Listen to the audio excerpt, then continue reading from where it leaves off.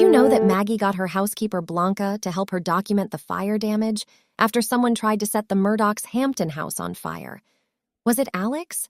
Did he try to burn down his own house? Things that make you go, Hello, True Crime Stories podcast family.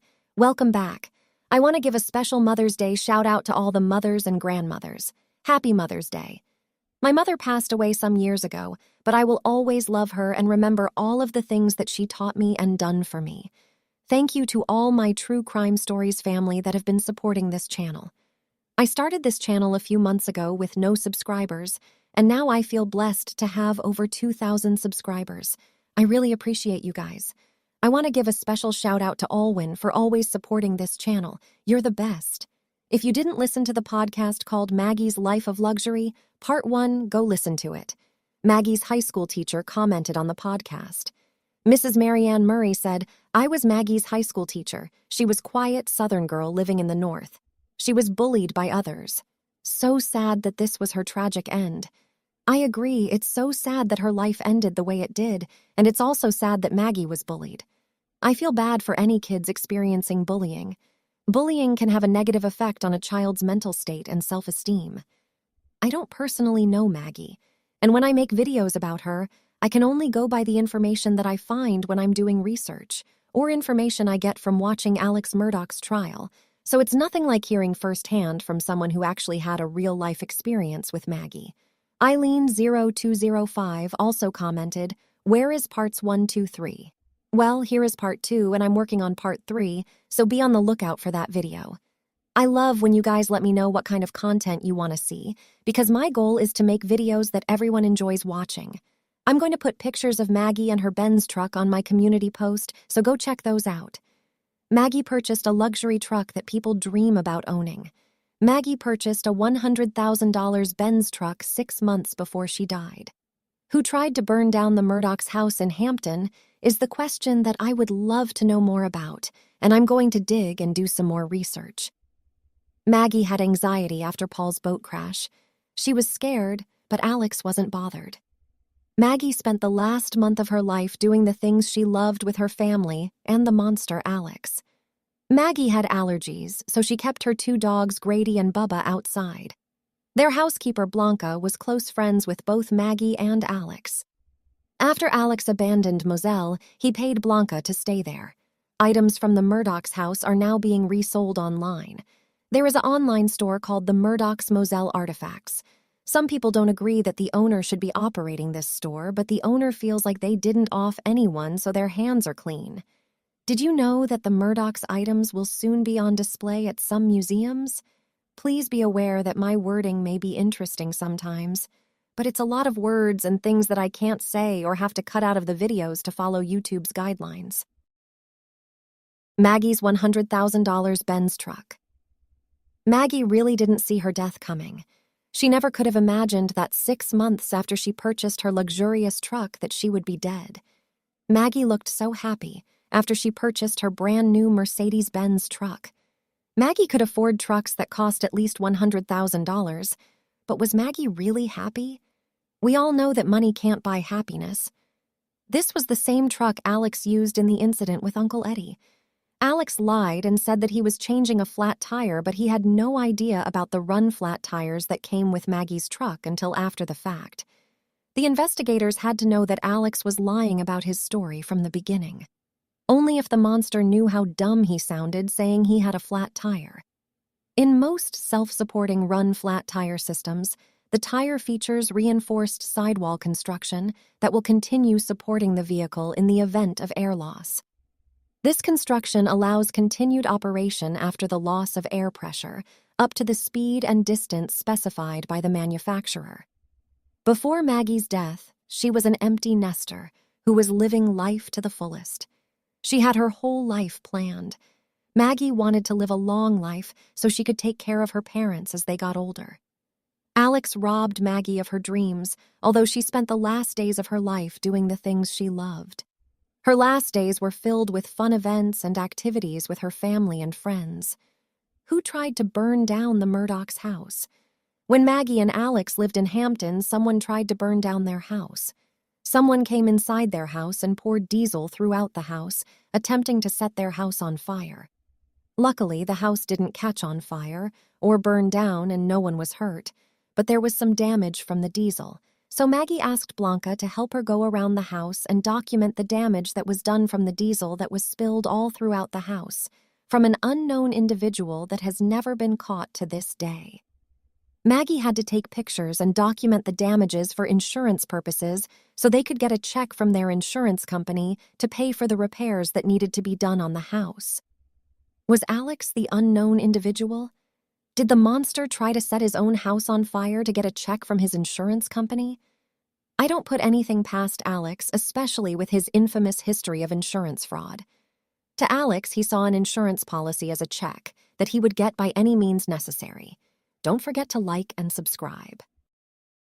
Surfshark is a private VPN company, and it works by encrypting all the information between your computer and the internet, so no one can steal your sensitive information. This means if you are logged into public Wi-Fi at a hotel, cafe, restaurant, or airport, a hacker can log onto that network and steal your data or credit card information, but with Surfshark VPN, your information will be protected. The best part of using a VPN is that you can change your virtual location. If you're in another country, you can use Surfshark to watch Netflix by using a US location. Netflix have the best documentaries like The Murdaughs, a Southern Scandal. Surfshark is one of the best VPNs on the market because it's easy to use and you can use unlimited devices for one account. Use my link to get 82% off and the first 2 months free. There is a 30-day money-back guaranteed, so there is no risk in just trying it out. Just click the link in the description box below. Maggie was in denial about Paul's boat accident, and she was adamant that Paul was not driving the boat. Buster said that Maggie was worried more about his criminal case, but the whole family supported Paul because no one in the family believed that he was driving the boat at the time of the accident. I wonder if Paul lied to his family and they believed him, or they was just trying to protect the Murdaughs' reputation. According to Buster's testimony, Alex didn't seem to be bothered by the boat crash, but Maggie was anxious about the situation. When Mark Tinsley made an announcement that he wanted $30 million, that made her even more anxious. Maggie was bothered by the negative stuff she would read about the boat crash. The people in Hampton turned on Maggie and made her uncomfortable by treating her badly every time they saw her. The people in Hampton were rude to her. Buster said, "It was just a bad vibe in Hampton. People would talk about her loud enough so she could hear them, and they would stare at her, giving her dirty looks after the boat crash." Maggie was so uncomfortable going to Hampton, it caused her to distance herself from Hampton. According to Netflix, people started calling her Maggie Murdaugh. She started going to Walterboro to do stuff like shop, run errands, or go to the grocery store. Blanca had a stroke and went to rehab. She stopped working for the Murdaughs for 4 years, however, after the boat crash. Maggie asked Blanca to start working again. The last month of Maggie's life. By this time, Alex already had plans to off Maggie. How could he look Maggie in the eyes and smile in her face, knowing he was going to take her life soon?